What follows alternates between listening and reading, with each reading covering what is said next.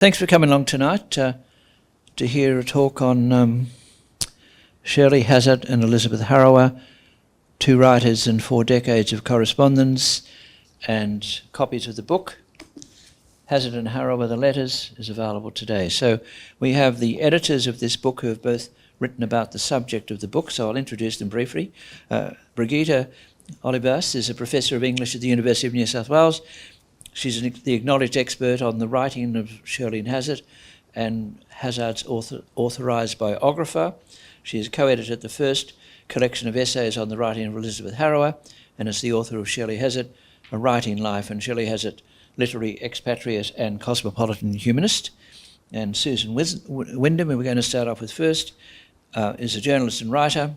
She was the New York correspondent for The Australian and became the literary editor of the Sydney Morning Herald, and she interviewed Shirley Hazzard and Elizabeth Harrower. She's the author of Life in His Hands, the true story of a neurosurgeon and a pianist, and the editor of My Mother, My Father, on Losing a Parent. But today, to discuss Hazzard and Harrower, we start with Susan Wyndham. Thanks, Susan. Thank you, Gerard. Thank you. Thank you, everyone, for being here with us. Some of you may have been here at the Regent Hotel, sorry, not here. Some of you may have been at the Regent Hotel on August 13, 1997, when Shirley Hazzard gave the Sydney Institute annual lecture. The title of her address was Bread and Circuses, Thought and Language in Decline, which was a frequent theme in the writing, conversation and letters of the erudite author of The Transit of Venus. She started by quoting the newly re-elected US President Bill Clinton, who had said at his first inauguration in 1993 that the intelligence of the American people was not valued in the preceding decade, but that did not mean it had ceased to exist. That was a wise remark from a man who was not always wise, Shirley said. And wise remarks were in short supply as the world approached the chaotic millennium, in thrall to the machine and money, with no regard for history or humanism. Shirley went on to compare that present, almost 30 years ago, with the period of crisis in Rome that prompted Juvenal's bread and circuses remark 2,000 years earlier. Rome at that time was not in decline, but at a high point of mastery and achievement, Shirley said. The crisis arose from a vicious abuse of imperial power, the debasement of city life, the decay of civility, conscience and inward existence, the young people who wore long hair, fur coats and trousers. If she was standing here tonight, Shirley would give you, with heavy heart, almost the same lecture about politics and society today. You can read the rest of her lecture in the Sydney papers, spring 1997, and it gets a mention on page 332 of our book. I was there that evening as literary editor of the Sydney Morning Herald. What I didn't know until much later was that Elizabeth Harrower was also in the audience. I had interviewed both writers, Shirley at her home in New York in 1993 for a profile in The Australian, and Elizabeth in Sydney for the Herald in 1996 when she won the Patrick White Award. Elizabeth would have been nodding in agreement with Shirley's exhortation to keep our wits and our wit and our sceptical humanity about us. These were ideas they shared many times in the letters they exchanged for 40 years. That correspondence and the complex long-distance friendship between two of Australia's greatest writers of the 20th century is the subject of our book, Hazzard and Harrower, The Letters. The first letters were exchanged in 1966, soon after Elizabeth was introduced to Shirley's mother by a Potts Point bookseller. Kit Hazzard was divorced, alone, mentally fragile, and endlessly problematic to Shirley and her sister Valerie, who also did not get on with each other. Kit was a warm and enthusiastic friend to Elizabeth and wrote to her from New York when she went to visit Shirley and her husband. Shirley added a note. Elizabeth responded with admiration for her stories in The New Yorker, and the rest is Hazzard and Harrower. As the book opens, Shirley Hazzard has just published her first novel, The Evening of the Holiday. And Elizabeth Harrower has simultaneously published her fourth novel, The Watchtower. Both books were extremely well reviewed, and the authors, both in their 30s, seemed to be approaching the peak of their careers. Shirley went on to publish 3 more novels, including The Transit of Venus in 1988, which was the winner of the US National Book Critics Circle Award, The Great Fire in 2003, winner of the Miles Franklin Award here, and the National Book Award in the US, as well as 2 non-fiction books exposing corruption in the United Nations, a memoir about Graham Greene and Capri, and many short stories and essays. Elizabeth, on the other hand, had published 3 earlier novels in quick succession in the 1950s while living in London, Down in the City, The Long Prospect, and The Catherine Wheel. Everyone was waiting for the novel to follow The Watchtower, a powerful story of a young woman's marriage to a domestic tyrant who is one of the most memorable villains of Australian literature. But in the next few years, Elizabeth wrote another novel, withdrew it from her publisher, and apart from a few short stories, stopped writing altogether, even though she lived until she was 92. This gaping disparity between Shirley Hazzard's writing life and that of Elizabeth Harrower is one of the intriguing questions raised and partly answered in their letters. There's much more between the lines, which we've both spent years discovering. Brigitta, in her brilliant biography, Shirley Hazzard, A Writing Life, published in 2022, and I in my biography in progress of Elizabeth Harrower, who is a most fascinating and frustrating riddle. The 2 women had much in common. Both children of the Depression and the Second World War, they had unhappily married parents who divorced and gave their daughters unstable beginnings. They were not from wealthy families, but both girls and women lived at different times in Mossman houses with stunning views over Balmoral Beach. Their deprivation was not material, but emotional. Shirley Hazzard's response was to abandon Australia and seek romantic love, with some disastrous results, but finally in a long, successful marriage to the American biographer and translator Francis Steegmuller. This gave her security and a place in the intellectual establishment that allowed her to write as they moved between homes in New York, Naples, and Capri. Elizabeth Harrower, disillusioned about marriage, remained single and, like Shirley, did not have children, no pram in the hallway to distract her from writing. Friends became her family, and among her intimates were the writers Patrick White, Kylie Tennant, Christina Stead, and Cynthia Nolan. Shirley and Francis were good friends too, but in the 40 years they corresponded by mail, they only met 6 times in London, Italy, and Sydney.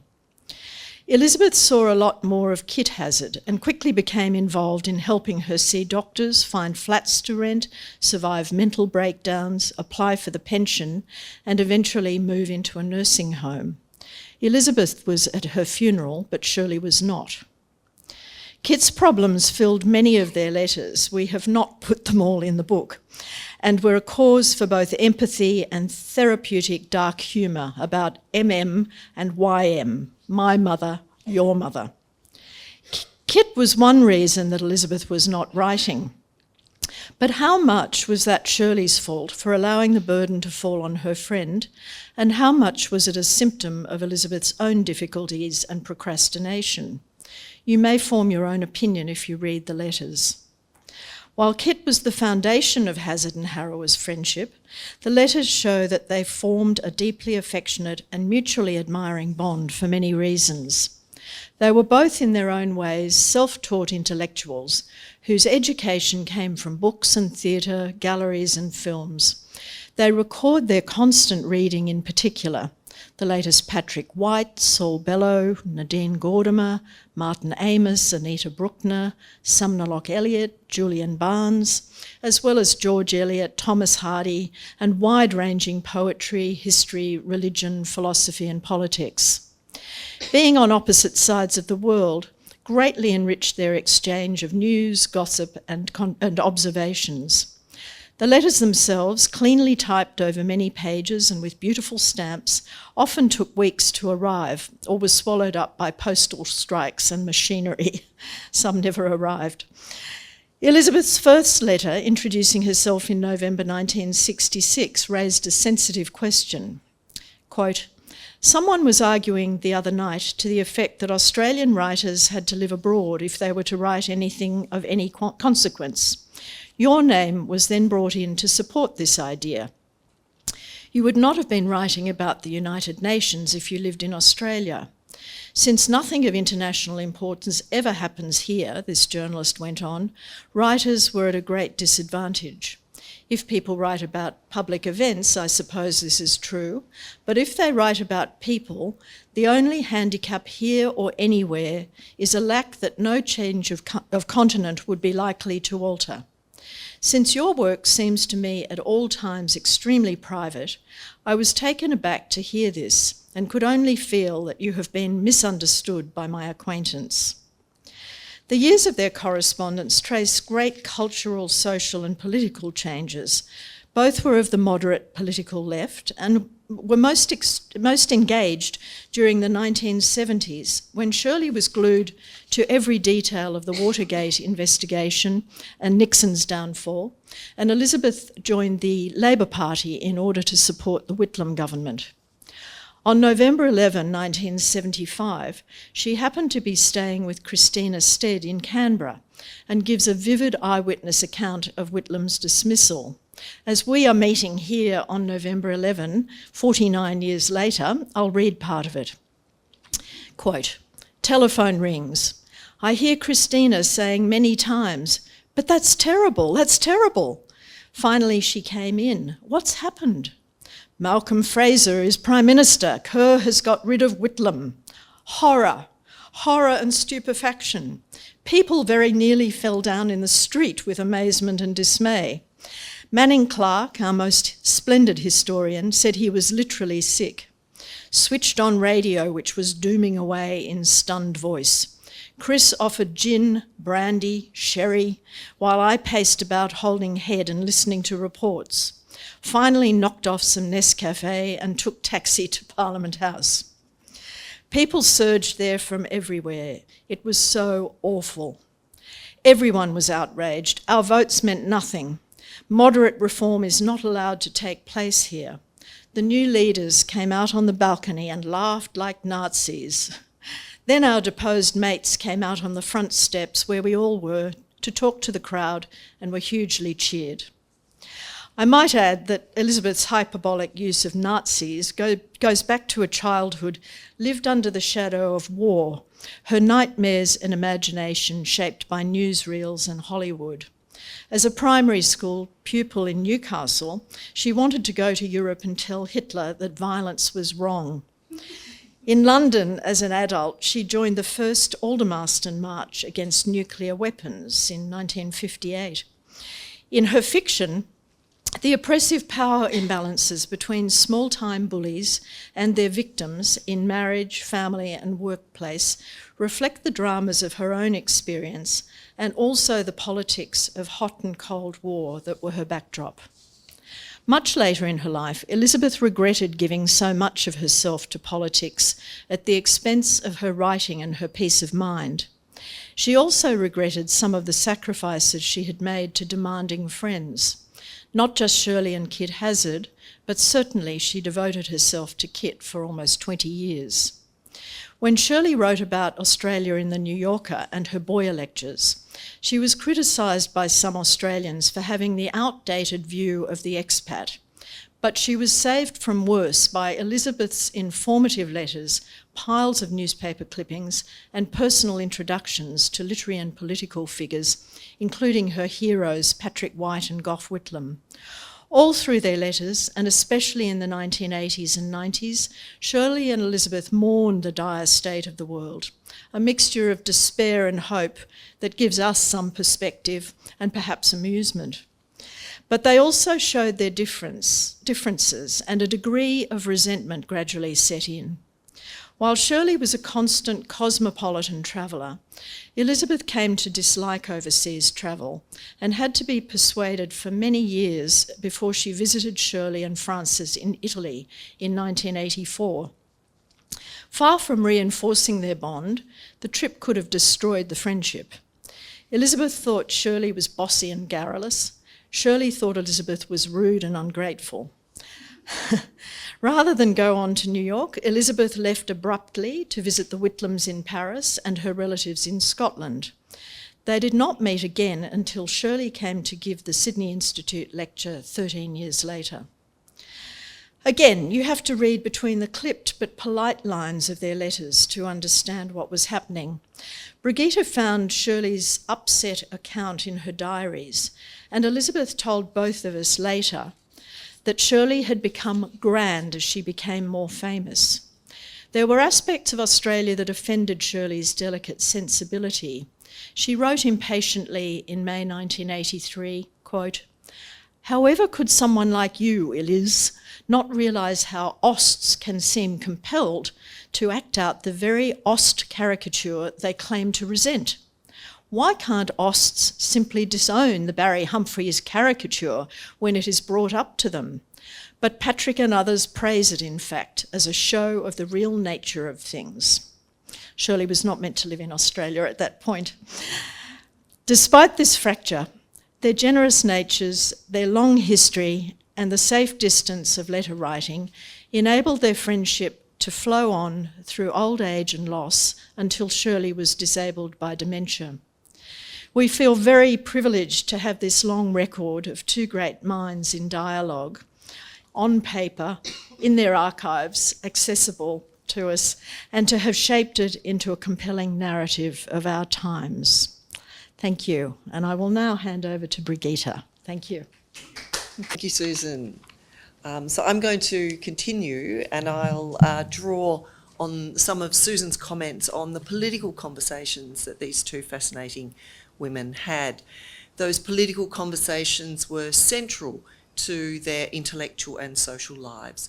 These conversations, the politics really sparked through their letters, and they offer for readers today some of the lived experience of those times of particularly engaged onlookers, as well as their commentary on the formal politics of Australia, Italy and the US. The two writers shared notes on the sort of flow-on experiences of the politics of the time. So postal strikes, transport workers' strikes, come back again and again through the letters in a way that's very surprising, I think, for readers today. For Shirley, as the inveterate traveller, the ever-present threat of terrorist incidents as well, something, again, not so familiar to contemporary readers. Politics, in their broader sense, were as compelling for the two writers as literature itself. Susan mentioned Shirley's near obsession with the Watergate hearings in the US through the middle years of the 1970s. She said that she and her husband remained glued to their wireless even when they were in Capri. And she mentioned when Elizabeth said to her, "You must go and see Last Tango in Paris," she said, yeah, we'll go when Watergate closes. You know, that was the only entertainment that she wanted. And she provided for Elizabeth, and we edited a lot of this out, endless commentary, including lengthy transcripts, pages and pages of transcripts of the hearings, with fiery denunciations of most of the protagonists. Her approach was moral, I would say, rather than party political, although she never voiced any approval at all for any Republican presidents. She was also fiercely critical of many Democratic presidents as well. Elizabeth, on the other hand, as Susan has explained, was staunchly partisan. She was a paid-up member of the ALP, and she was drawn to this through her own working-class family background, but also through some of those politicising moments from her youth, and through her friendship with Patrick White, who was very much a very engaged, politically engaged writer as well. Whereas Shirley was, in her own words, not a joiner. And she elected to take this endlessly critical stance, seeing herself, and I think this is a very accurate sense. She was a tireless critic of what she found to be political mendacity or of venality across the board, whether she's talking about conservative or progressive politicians. An abiding obsession, and I don't use the word lightly, I've had her friends in the US say Shirley Hazzard ruined my dinner party because she wouldn't stop talking about the United Nations. So this was her great obsession. She had worked for the United Nations in her youth as a typist, and through that she learnt a lot of kind of insider secrets about particular perfidies that were going on, and she insisted on publishing about these. And that went on through her writing life from the 1970s, and she keeps writing about the UN and keeps complaining about how much time it's taking and how it's stopping her from writing novels, but then she goes on and writes another essay on the UN. And she complains to Elizabeth about how much time, say in the late 1980s, she was spending on a couple of essays that she was writing on Kurt Waldheim. In 1990, she published a book that brought these two essays together. It was called Countenance of Truth. It was not the novel that her fans had been waiting for a decade. It was a dry monograph, and I can assure you it's a dry monograph, having read it. And in it, she revealed in excoriating detail the mendacity, as she saw it, of the United Nations and its former head, Secretary-General Kurt Waldheim. I'll talk a little bit more about the substance of the book in a minute, but she chose for its title a phrase from one of the lesser works of the great poet John Milton. And she paraphrased Milton as lamenting the need to set aside poetry, his higher calling of poetry, to address what he found to be the urgent evils of his day. In his case, it was corruption in the clergy. And Milton apparently wrote in an essay about his need to do this, he wrote, "I have a work that I love." Oh, sorry, this is Shirley's remembered version of what he'd written, but she had a pretty photographic memory. "I have a work that I love as a poet, as if I would turn away from that bright countenance of truth to mix up with antipathetic matters of this kind, if I didn't feel that I could not forbear to do it." And there's that sequence of negatives there that sort of embed the complexity of the task that she's undertaking. So she's drawing attention here to the very vexed question of when and how writers and artists should participate in the public world. She saw it as something she could not avoid, something that writers should not avoid. By then, by 1990, she'd been writing about the United Nations for 2 decades. And through the years, she weighed and lamented the cost of political writing. She was always anxious about not getting back to my novel. In the 60s, she'd written to the American intellectual, her friend, Alfred Kazin, about the travails, really, of public involvement.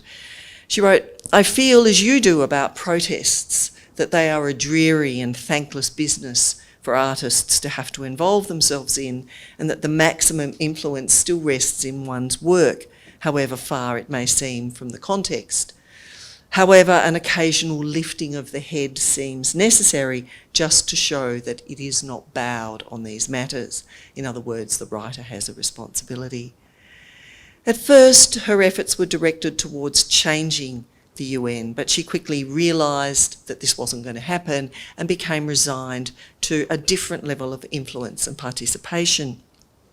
So she explained in an interview in 1990, "Well, I had information about the UN just by the circumstance of having worked there, and as years go by with nobody else doing it, I feel some obligation. But I can't go on with it. If this book doesn't make any immediate impression, at least it's on the record of history, and I suppose the ultimate reason for writing is to tell the truth. In the beginning, I had hoped to change things, but one loses that expectation. But I think that a truth set out takes on a life of its own. These aren't private truths. They belong to everybody, although they always come back to personal conduct. People talk in categories. Even I have to use this phrase, the leadership of the UN. But these are single men. we can use the word men because there are so few women in the leadership, human beings who should be made answerable for their actions. So again, you can hear the moral kind of import, the moral urgency in what she's saying there. So for her, the writer's responsibility was in the service of truth.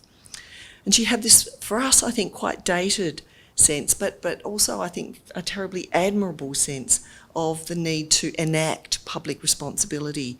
There's a sense of solemnity and a sense of occasion in doing this. There's also her awareness of the inherent significance of the writer who might speak out on important matters. But for her audience, she was very much out of step, out of kilter with this. Even in her own time, her actions had seemed somewhat histrionic. So her knowledge of the institution of the UN had been gleaned while she worked there, as she said, as a lowly administrator. She was a stenographer, really, or as Sir Brian Urquhart, who was the former Under-Secretary General and her great adversary. So every time Shirley Hazzard published an essay criticising the UN, Brian Urquhart would write one in response. And he observed of her at a party that they'd both been invited to by a friend, and he said to the writer who gave the party, you know, Shirley Hazzard knows nothing, she was in clerical. You know, she wasn't a player in the UN because he was so infuriated at how much attention she was getting. So as a writer criticising this institution, Shirley Hazzard spoke without formal authority. She's speaking as a private citizen. And there was something indecorous about the fervour with which she undertook this task. And so I want to quote from a really fascinating review in the New York Times of her first UN book. This came out in, I think, 1977, and it was a critique of, again, in dense detail, it was a critique of the ways that she felt the UN had betrayed its charter from the very beginning because it permitted, the leadership of the UN permitted in the early 1950s the McCarran Committee of Inquiry, so the McCarthyist kind of inquiries into Communist Party membership. The UN had allowed US employees of the UN to be interrogated by the McCarran Committee, which was, as far as Hazzard was concerned, a fundamental breach of its charter not to be beholden to member governments. And she was equally critical of interference and involvement by the Soviet government that followed. But the first breach, she said, was this breach by the US, or the UN at the behest of the US. So she's writing with great passion about this important but quite dry subject. And the reviewer, one of the big New York Times reviewers, the late Christopher Lehman Haupt, characterised her battle with the UN as a lover's quarrel, and he wrote beautifully about it. So it's an unseemly, overblown, impassioned engagement. And he wrote, "It's like being at the dullest of cocktail parties, a United Nations reception perhaps, with cliches dripping all around you, when suddenly a voice rises above the others, a finely modulated voice speaking with rising passion. And you stop what you're saying to listen in utter fascination, and you turn to see this dark, handsome woman advancing on this fat, carbuncled blubber of a man, cursing him, befuddling him with scorching wit, flaying him bloody with lashes of rhetoric, backing him into a corner of the room and laying it on without mercy until all conversation in the room has stopped. And all the guests are staring, horrified at this woman cursing and this fat old man weeping now. And you wonder why this is happening until you realise she loves him." Okay. He's good. He's very good, Christopher Lehman Haupt. He didn't like Shirley Hazzard, by the way. That's another story. The scenario of the impassioned woman speaking truth to power, speaking too loudly, speaking too passionately, staging a private battle in a public space, suggests, I would say, that we are in the domain of melodrama, of the melodramatic.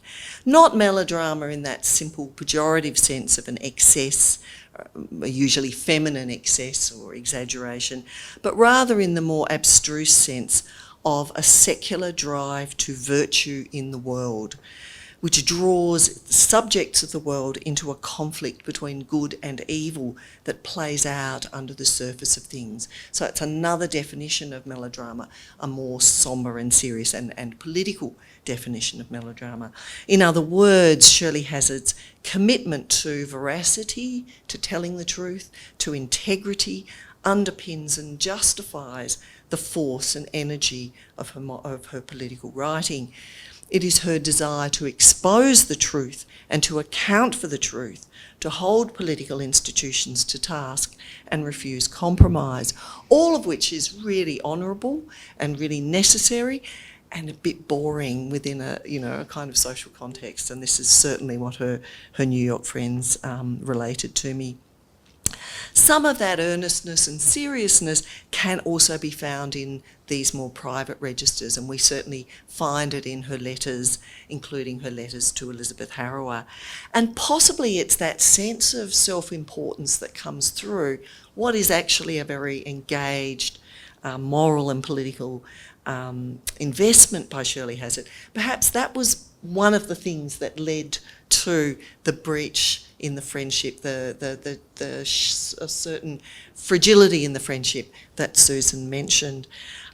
This reluctance on Shirley's part to what she felt, Elizabeth felt increasingly was an increased self-importance by Shirley, this grandness about her, which she later came to speak of very critically.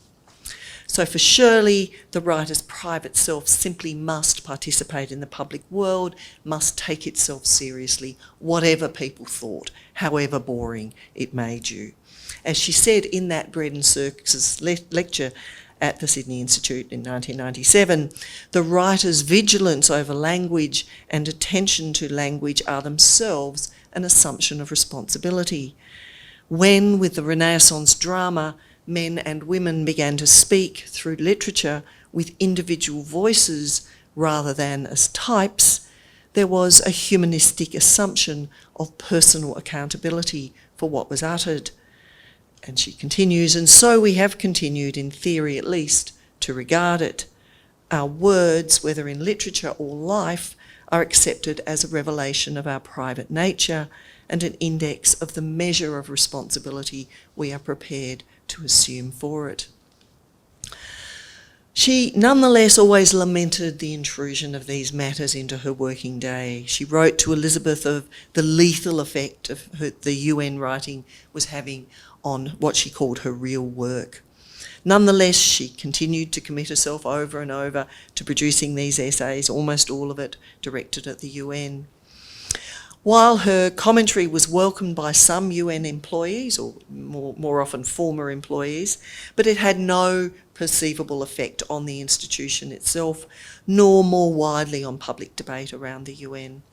A measure of this apparent failure might be seen in the fact that while she was in fact the first writer to air publicly the claims about Kurt Waldheim, this was the substance of this 1990 book, but she'd first published about this in 1980, the fact that Kurt Waldheim had concealed a very close involvement with the Austrian Nazi Party during World War II. So she was saying it's not the fact of his involvement with the Nazi Party, people did that in the war or whatever, but he covered it up, and this meant that he became manipulable within his role in the UN. So she publishes this in an essay in 1980. Waldheim denounces it and denounces her, and then as that essay raises some public commentary, a US congressman interviewed Hazzard, spoke to her sources, and then went and wrote to Kurt Waldheim, then the Secretary of the UN, and said, is this true? And Waldheim denied it. so, lied. And then the story was finally picked up by the journalist Jane Kramer and published, I think, in 85 or 86. And at the time when Waldheim was standing for the presidency of Austria, and it made absolutely no difference. He was still elected.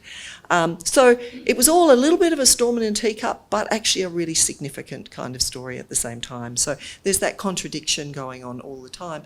And my point was, Shirley Hazzard publishes this, and it makes no impact. It's mostly overlooked or forgotten today. So she's not ever going to have been remembered for that work, no matter how important it was, remembered rather for her novels, for her stories. But I think what's important for us, and the thing I really wanted to bring out today, was the way she understood the relative importance of the two kinds of writing, of political writing in the world and her great fiction. And she lived as a writer the great divergence between politics and fiction. But her focus was always on fiction and on the important labours of writing and of reading. She said, just to close, there is at least one immense truth to which we can still adhere and make central to our lives, responsibility to the accurate word. In this commitment, she was certainly joined by Elizabeth Harrower. Whatever the differences between their respective styles and modes of political commitment, their devotion to the written word, to those labours of writing and reading are and remain exemplary, and this collection of their extraordinary correspondence is testament to that. Thank you.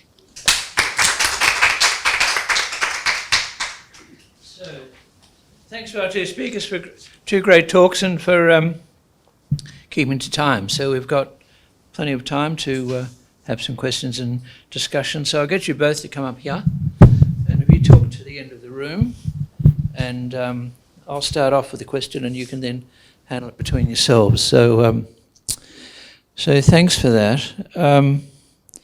You presented two women of sort of similar political views, but a different approach. But it seems to me that Harrower was very much an activist. She wanted to do something. She joined the Labour Party. She may or may not have succeeded. But on the other hand, Hazzard seems to be the alienated intellectual, that she couldn't abide anyone, but she lives in a very comfortable apartment in New York, which Anne and I visited on a couple of occasions. And then she rows against the world. She's got protected rent in New York City, so she's not going to be driven out by harsh landlords. And then she sits there, and the word time thing, of course, was important, but she sort of rows against the world. So what would she have achieved if she hadn't done so much rallying and done a few more novels? You better take that one. Absolutely. Well, I think you've answered it. I think she would have written a few more novels, and one would hope another great novel. But those novels are also, certainly the two big novels are very much bedded in the political world. They're very much informed by the political world. I've found, and I included accounts of this in the biography, she was very moved by politically engaged people. She loved talking to people who were activists and doing things in the world. And a lot of that engagement with the real world is what enlivens, though, particularly those two long novels, The Great Fire and The Transit of Venus. The Great Fire is about a world putting itself together again after the cataclysm of the Second World War, and it's in the shadow of Hiroshima, which of course she visited as a very young woman in the late 1940s. And in The Transit of Venus, one of the central dilemmas is about political interference in the sighting of a scientific telescope. So those questions about how people behave in public life energise the fiction as well. So while I've said for her she can see there are these two kinds of writing, the writing of fiction and the engagement with the political world, within her fiction she absolutely brings those questions together. So for her, the questions of moral integrity, questions of erotic desire, questions of aesthetics, of beauty, and questions of party politics are all equally important. They all speak to the seriousness with which people pursue their lives. So for her, there's no disjunction between any of those things. And that's, I think, one of the secrets of her greatness as a novelist.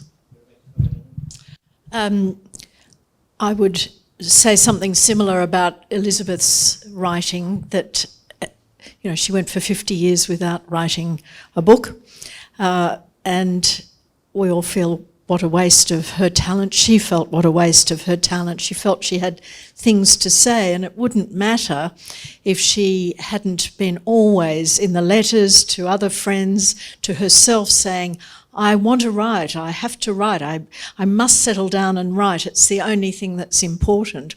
And yet she allowed herself to be distracted by politics, but particularly by personal relationships. And you can't help seeing the feminine nature in all of this. If it's not children and family, it's friends, it's the demands of life. And Elizabeth suffered some emotional traumas herself from childhood, when she felt a victim of real neglect and maltreatment by family members. Her stepfather in particular was a villainous character in her life, which translated into some of her writing. And as I said, these wonderful characters she created, who are credible, if slightly cartoonish at times, villains, also represented the political. She was writing about politics too, and it's so much more powerful portrayed through the individual relationship and the individual character than it is in a dry treatise, as you talked about. I mean, both are important, of course, but I think for both these writers, their strength was in their fiction, and that's where they really let go and expressed their ideas. Thanks. Just before we go on, I should have said the copies of Hazzard and Harrower, the letters, are on sale tonight. We'll sell some, and we'll sell some online. But just before we go to the next question, just one or both of you, should have pointed out when they were born, when they died. So just a bit of background on their personal life before we move on. They were very close in age. Elizabeth Harrower was 3 years older than Shirley, born on February 8, 1928, a year before my own mother, which is part of my interest in that generation of women who were our mother's peers and showed what could be done with determination. Not much education. They both left school early and did not go on to any tertiary education, but educated themselves so deeply through reading and through a curiosity about the world. So Elizabeth was raised for her first decade in Newcastle, and her very young parents divorced when she was only about 8 or 9.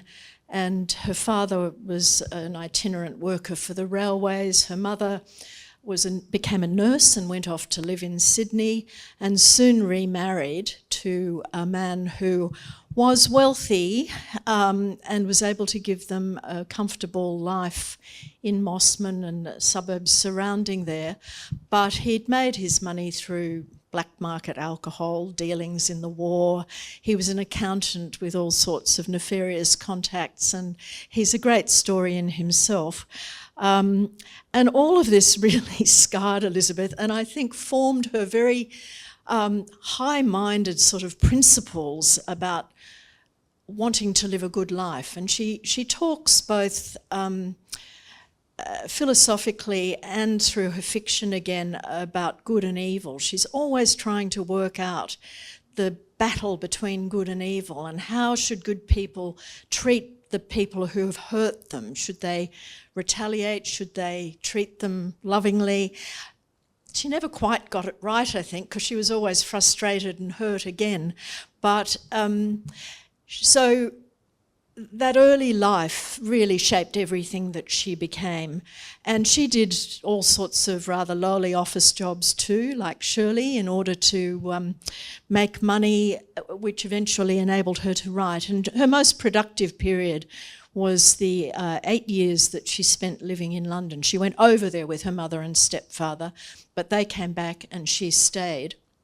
And it just opened up the world for her, even though she was not making much money and just working.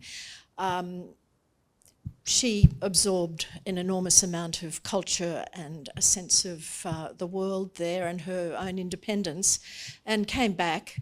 And her writing, I mean, she wrote her great masterpiece, The Watchtower, here, 1966, that was published. But that was it. And so somehow being away had liberated her to write.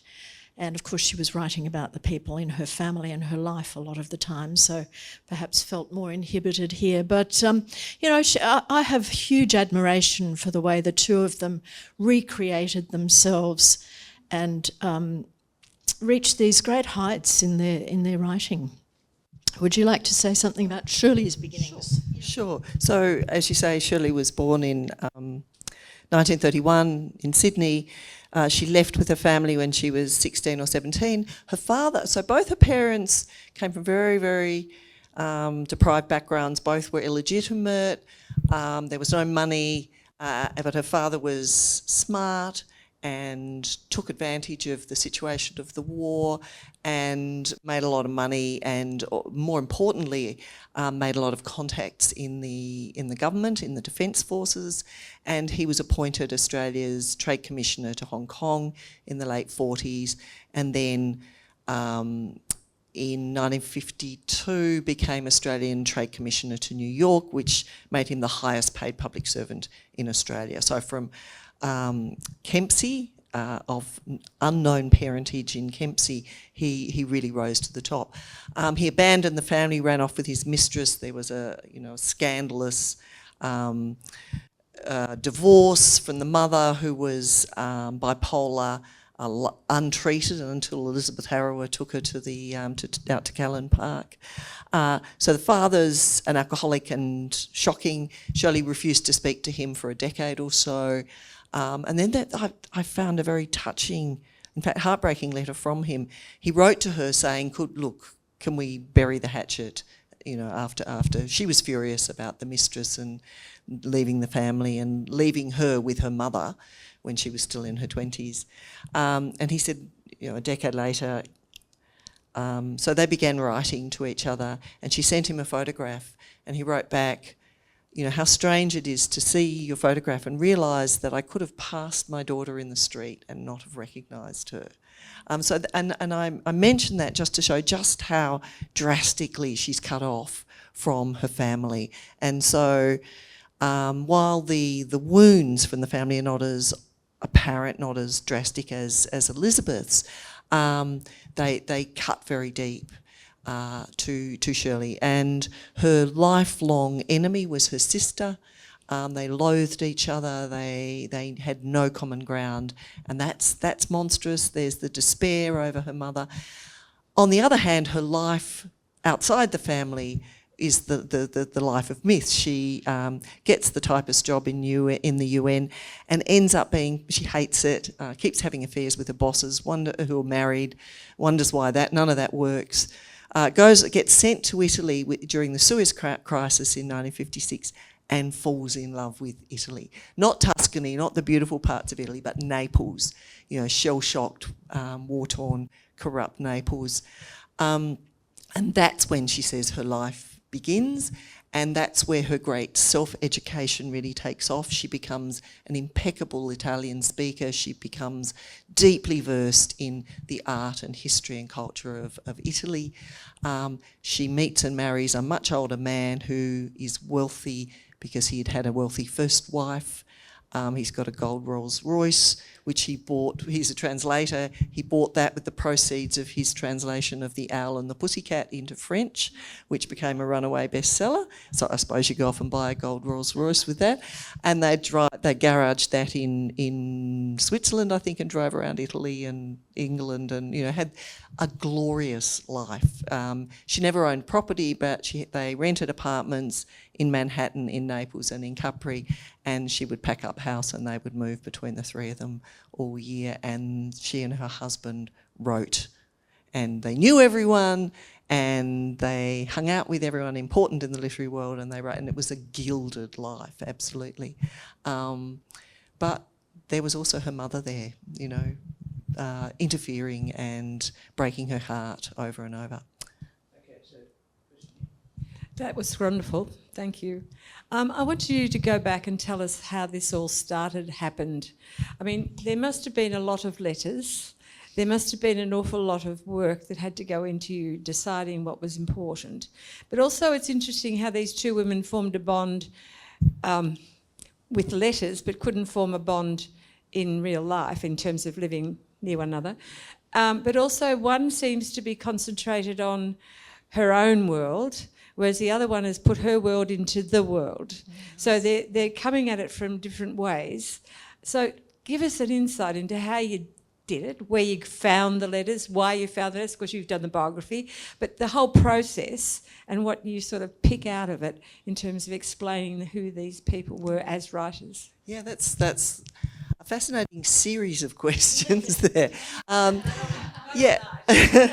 So I found Elizabeth's letters to Shirley amongst Shirley's unsorted papers in her apartment. She was sinking into dementia by that stage, and I was hunting through these papers, hoping to find manuscripts of the novels, and then I was talked into writing the biography. But there was this pile of letters that had been gathered together from Elizabeth Harrower, and as I started flicking through them, I thought, my God, this is an extraordinary story. I was already a great admirer of Elizabeth Harrower, having read her back in the early 80s, and wondered what had happened to her and why there weren't more novels, and I was seeing some of the reasons for that in these letters. So there they were. I wrote the biography. Then I learnt that there were Shirley's letters to Elizabeth under embargo in the National Library in Canberra, and Elizabeth wouldn't let anyone read them until both writers were dead. So I've written 2/3 of the biography, or most of the biography.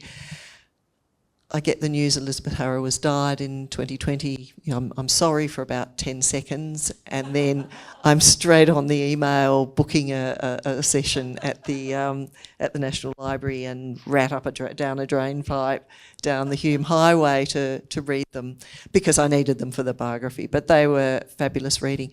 I knew it needed to be a book, and I knew I needed a Harrower person to work on it with me. I couldn't do it by myself, and I felt I needed the to and fro of conversation. Susan Wyndham suggested herself to me immediately, just because of the really important work she'd done by interviewing both these writers. I loved the way she'd written about them and engaged with them, and Susan thankfully said yes, and then we spent a year of our lives. Do you want to talk about that? Yeah. Well, it was a very happy day for me when Brigitta asked me to collaborate on this book. I had, as I said, I had interviewed Shirley when I was living in New York in the 1990s, and I'd kept in touch with her, and in fact went to Rome, Naples and Capri with her after her husband Francis Stiegmuller died, but my husband came too, and we had a glorious trip. I can't imagine why Elizabeth thought it was hard going. So I knew Shirley a little. I had interviewed Elizabeth on the phone when she won the Patrick White Award for a writer who has contributed a lot to Australian literature but not received enough acknowledgement. That fitted her exactly. And to my embarrassment, I hadn't read her books then, and I didn't read them until they started being reissued by Text Publishing in 2012. They started bringing out all her books as part of a classic series that they've done so well. And then they published the book that Elizabeth had withdrawn from her publisher in 1971. That finally came out, and a collection of her stories. So suddenly Elizabeth, in her late 80s, had this wonderful resurgence of attention, interest. A whole new generation found her, and she really had some wonderful acclaim at last. Bit late, but at last. And so I interviewed her again at that time and got to know her, used to go over for afternoon tea at her lovely apartment overlooking the harbour from Cremorne. And so I knew Brigitta a little professionally. I'd been to your book launches, read your books, and we got on. We knew we could work together. And so it really was a wonderful shared experience. And we had to cut 400,000 words of letters. I don't know if that means much to you, but it would be about 4 times the size of the book that we've actually published. And we had to sit over a table for many days, over many months, after transcribing the letters and then printing them out. We would sit there and discuss what we needed to keep, what we needed to cut. And while trying to keep the narrative arc that flows through the letters, I mean, they do have a wonderful shape because of the way their lives were changing through that time, the events that were going on in the background, the story of Kit that sort of peaks in its drama and then goes away when she died in 1985.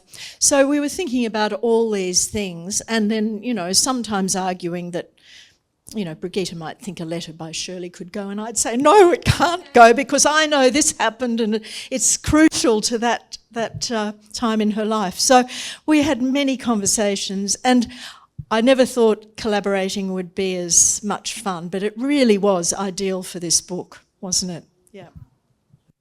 Have I missed anyone? Yes. 2 questions, I guess. Thank you. That was very informative. Okay. Perfect. Lovely. This was very informative and amazing. Looking at this whole process that you've done and working on this together, would you have done anything differently with a bit of hindsight? Because there's so much material and it just sounds amazing. So I'd love to know. It's a very good question. I mean, if in our dreams we would have had a much bigger book and kept much more, but it's not practical. I mean, And the discipline of less is more, you know, is important. And I don't know, I tend to prolixity. You know, my Hazzard biographies, well, it was contracted at 120,000, came in at 180. Well, I handed it in 150, and my publisher said, I want more about the Australian stuff. So, you know, so that's my kind of thing. So it was a really useful discipline to have to cut things down. But like you, I wanted to do more. But no, I don't think I would do anything differently, except perhaps have enough money to pay someone else to transcribe. But even then, doing the transcription ourselves meant we really inhabited the letters. It's a way to get, it's bad for your, you know, RSI, but really good for your intimacy with the material. Mm. Yeah, I don't really have anything to add to that. I suppose a bit more time is always useful, but no, it was a great experience, and we had a very supportive, excited publisher who was with us all the way. So no, it was good. So I've only got time to take one of the Zoom questions, but very briefly, because we've got to finish in about a couple of minutes. This person asked from Adelaide. Very interesting, tremendously interesting, she writes, but what are you going to do next? Well, we can both answer that. I'm deep in writing a biography of Elizabeth Harrower. The research, of course, dovetailed beautifully with the work on this book, and I found out things during the year that we were working together that enlightened us about some of the mysteries in the letters. You know, they don't always explain everything clearly, so we were able to get some background on what was actually going on, and some of that's in our introduction.